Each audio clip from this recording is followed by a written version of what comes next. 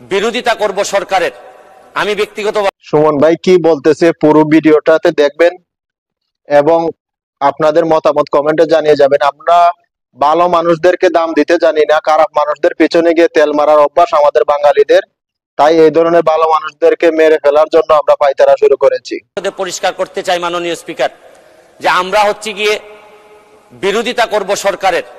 আমি ব্যক্তিগতভাবে বলতে পারি বিরোধিতা হবে সরকারের, কিন্তু একটা বিষয়ে আমরা এক অভিন্ন, মুক্তিযুদ্ধের সপক্ষ এবং বঙ্গবন্ধু শেখ মুজিবুর রহমানের ব্যাপারে আমরা এক অভিন্ন।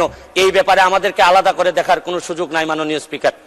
মাননীয় স্পিকার, আমি প্রথমে আমার এলাকা দিয়ে শুরু করতে চাই মাননীয় স্পিকার, হবিগঞ্জের চুনারুঘাট মাধবপুর। আমি দুঃখের সাথে বলতে চাই মাননীয় স্পিকার, বাংলাদেশের বিভিন্ন জায়গায় বঙ্গবন্ধুর নামে বিভিন্নভাবে স্থাপনা তৈরি হয়েছে, বড় বড় স্থাপনা, কিন্তু আমার এলাকায় এত দীর্ঘদিন যাবৎ আওয়ামী লীগ ক্ষমতায় থাকার পরেও এখন পর্যন্ত বঙ্গবন্ধু বা তার পরিবারের নামে একটা বড় স্থাপনাও তৈরি করা হয় নাই মাননীয় স্পিকার। আমি নিজে অল্প অল্প কয়েকটি ব্রিজ নিজের টাকা দিয়ে জননেত্রী শেখ হাসিনা এবং বঙ্গবন্ধুর নামে কয়েকটি ব্রিজ তৈরি করেছি এবং আমার এলাকার যারা কৃতি সন্তান ছিলেন তাদের নামে ব্রিজ তৈরি করেছি। আমাকে অনেকে বলেছেন যে আপনি টাকা পান কোথায়।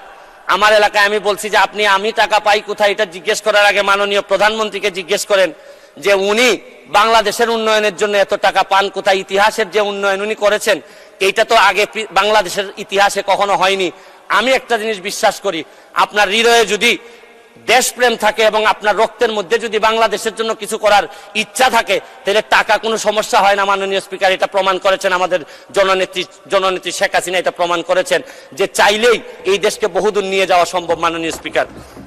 মাননীয় স্পিকার, মাননীয় প্রধানমন্ত্রীর সাথে যখন আমার দেখা হয়, উনি আমাকে বলেছিলেন, হেসে হেসে বলেছিলেন, তুমি তো ফেসবুকে মধ্য দিয়ে তুমি এমপি হয়ে গিয়েছো।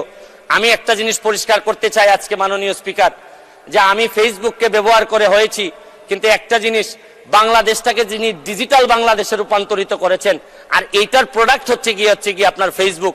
এই ডিজিটাল বাংলাদেশ এবং স্মার্ট বাংলাদেশ যিনি তৈরি করেছেন, এই বিবেচনা যদি আপনি করেন, কারণ ডিজিটাল বাংলাদেশ না করলে আমি ফেসবুকে 7 মিলিয়ন ফলোয়ার তৈরি করতে পারতাম না। তাহলে এই বিবেচনায় আপনি বলতেই পারেন যে আমি ফেসবুকের এমপি ঠিকই, কিন্তু আমাকে যিনি ফসল হিসাবে তুলেছেন, এটা জননেত্রী শেখ হাসিনা আমাকে ফসল হিসাবে তুলেছেন মাননীয় স্পিকার।